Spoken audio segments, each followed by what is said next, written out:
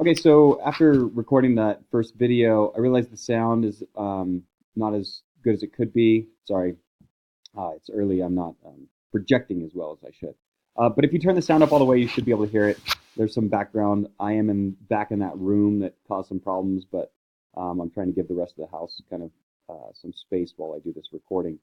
Um, so again, you could I checked the video. It should you should be able to pull out the major components of it. If not, you're going to want to do some background research and ask me questions through email or the discussion board, specifically on some of these things. So let me get to where we're at in terms of the slide. So age set group, again, this has a lot to do with rite of passage that we touched on before. Groups of people are going through things at the same time. We do this with school, like certain age, you go through certain grade levels, right? There's also the idea of primary group or interacting individuals. This would go back to kind of microculture. Secondary group, we start to move into imagined community, people identifying each other, but they might have never met. Remember, this is Benedict Anderson's idea around nationalism, and that we have symbols and common language, and this is really how we form kind of our macro culture. Also, some of these other groups could be things like youth gangs. I believe that I touched on them when we talk about development and family, like industrialization. So when we get industrialization in India and even this happened in America and Africa, we start to see youth taking care of youth, and which ultimately forms youth gangs. Cooperatives are exactly what it sounds like. Co-ops is another way of describing them. This could be anything from a grocery store to a business to a group of people. Self-help groups, again, this is groups that have become quite common, especially in the United States, around maybe coping with the everyday life in terms of stress of work, new moms. There's all these different self-help groups, and there's self-help books. It's a massive kind of grouping and industry in itself. Body modification groups. So this is groups of people who identify with each other and maybe tattoos or piercings, but groups that are bonded through that process. Ralph Linton. So when we're talking about self and micro and sub, we really need to get into status and prestige and role. So there's some basic definitions here. Status is rights and duties and privileges. And role is when the individual puts his rights or duties into effect. So again, let's say that your parents bestow upon you that you are old enough at the age of 10 to take out the trash. You are now the trash taker outer. And your role is to act on the trash taker outer, which is to actually take out the trash. That also comes with status, right? Even though it might be a messy job and not the coolest job, your parents are basically identifying the fact that you have gotten to an age or a maturity level that you can handle new rights and duties. And then in that, you're going to jump up a little bit on the kind of social rung or the social ladder as taking out the trash, getting your driver's license, doing some of these other things brings you status in our society. Now, remember, in egalitarian societies, status existed, but it was all equal. So if we were primarily the berry gatherers and the acorn gatherers and the bug gatherers, that had no more status than the trash taker outer or the hunter. They all had equal status, and that's what's different in our society is that we rank status. So again, in different jobs, I could ask you, what are the different prestige or value levels of, say, a janitor versus a CEO or a president, or say a professional baseball player? We're all going to realize that the janitor has a vital role in our society in terms of rights and duties and putting those into action. However, in terms of status and prestige, we rank those in our society. Ascribed status is assigned at birth. So the easiest way to think of ascribed status is think of kings and queens and people who are born into positions of power and or money.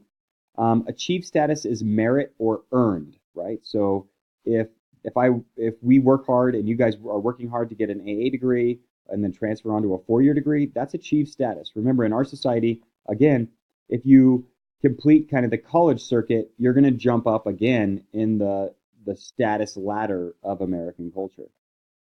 So Ralph Linton, again, a fascinating guy, did a lot of work on the individual and how the individual self fits in using role, status, and prestige, right? Which is, at what point does society start to claim you as a member? And remember, our society is lacking in a rite of passage in a huge way, right? Men do not have one. Some people argue that women do, but it's biological, right? At the start of menarche or menstruation. Men don't have that in our society. In fact, it's one of those things that I talk about when I talk about rites of passage. Is I take kind of a informal survey and I ask all the men in the classroom, what was your rite of passage? When did you come back a man? And I've had people say, oh, my family is traditional hunters, and it was when I killed my first bear or something like that. And then I asked, well, did the rest of society see you as a man when you told them about your bear kill? And the answer was no. Other people say when I got my driver's license. Other people say when I drank my first beer. These are all made up rites of passage, and they are not universal. If your society does not universally recognize when you become a man or a woman, that is not a rite of passage. A rite of passage has to be mutually agreed upon so that everyone understands when they become a man or a woman and when their role and their status has changed to that. Now remember, in egalitarian societies, as equal as they were, children did not have a voting right. They were not neontocracies. Children would not sit around basically saying, oh, I think we should move down the river. That was not anybody's place in terms of being a child. That was not their role. And they definitely didn't have the status or prestige to vote. However, once you went on that vision quest or finished the rite of passage, you definitely had a voting right, and that's how it worked. So again, ascribed status, born into; achieved status, achieved. Now, I use the example of Donald Trump. Donald Trump has ascribed status because he was born into wealth. However, he achieved his status of president by being elected through a democratic process. So again, you can also be one in the same, right? One of the things about Linton that also is different is that he was a patriot during kind of the second Red Scare during the 40s and 50s, 60s, and he turned in fellow anthropologists for being communists. This is a tough part because many anthropologists argue kind of for culture and society and kind of have different views of their own political beings. But again, Linton was one of those guys that helped turn some of these people with different political views than himself in, which I would say is not very culturally relative. And here's the problem with the field. Applying cultural relativity can't just be an idea that you tell students in your Anthropology 111 class. Cultural relativity has to be applied to your being and yourself in order for you to be a good anthropologist in the field. Linton may have done this when he went in the field, but when he came back to America and he starts turning people in, anthropologists in, he's not being culturally relative or culturally sensitive to those people who have different views from him, right? So here's the question to you. Is that culturally relative? Is it ethnocentric when you start to judge individuals, even within your own culture? And when you judge them based on kind of this scare or this movement politically, are you being an outside etic anthropological observer?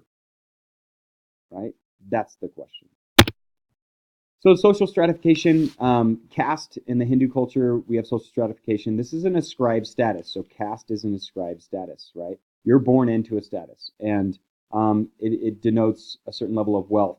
So you have definitely top status and then down to farmer, and then the bottom level is the untouchables, right? Dalit is the Indian term for untouchables who were helped by Gandhi. But means to be ground down. Like even the term means to be ground down kind of by society. And again, remember, it's like in the Hindu social stratification, it's that they believe that everybody needs to fill these rungs of society. A very civilization-oriented idea. This is not egalitarian at all. Patriarchy is male domination. Matriarchy is female domination. And when I say domination, I mean more like power roles, right? In a patriarchy, the men tend to have more power. In a matriarchy, women tend to have more power. Diaspora population. Diaspora is basically looking at people and where they've moved around in the world. The Jewish tradition used to be the largest diaspora, so there used to be Jewish religious individuals kind of all over the world. Last I looked, the South Korean population was the largest diaspora in terms of all the different spots that they represent inside the globe. Social capital, this is also a key term that you need to know, is the intangible resources that exist through social ties, trust, and cooperation. So think of capital as money or investment, but now switch it to a social, symbolic level of what am I bringing to the table in my micro, sub, and macro culture in terms of my social ties, trust, and cooperation, and my role and duties, right? All right, race and racism. Do anthropologists believe in race as a classification system? If you go down a little bit, actually anthropologists believe in the term Klein, which is environmentally determined, maybe physical features that come out of environment. It could be that there's a hot area and a lot of sun, so people tend to have darker skin. This has a lot to do with vitamin D, and if you're getting it through your food. So there's been some recent discoveries where Cheddar Man up in England has dark skin, blue eyes, and curly hair, but is basically we would classify them as very dark skinned, and but they're in the English continent. But they were not farmers, and they maintained their diet of fish and animal liver, so they got enough vitamin D, so their skin color stayed the same. So some interesting things around that. Genotype is basically your alleles or your genes within you, what makes up the person. And phenotype is what that looks like on the outside. So you have biological DNA components of genotype.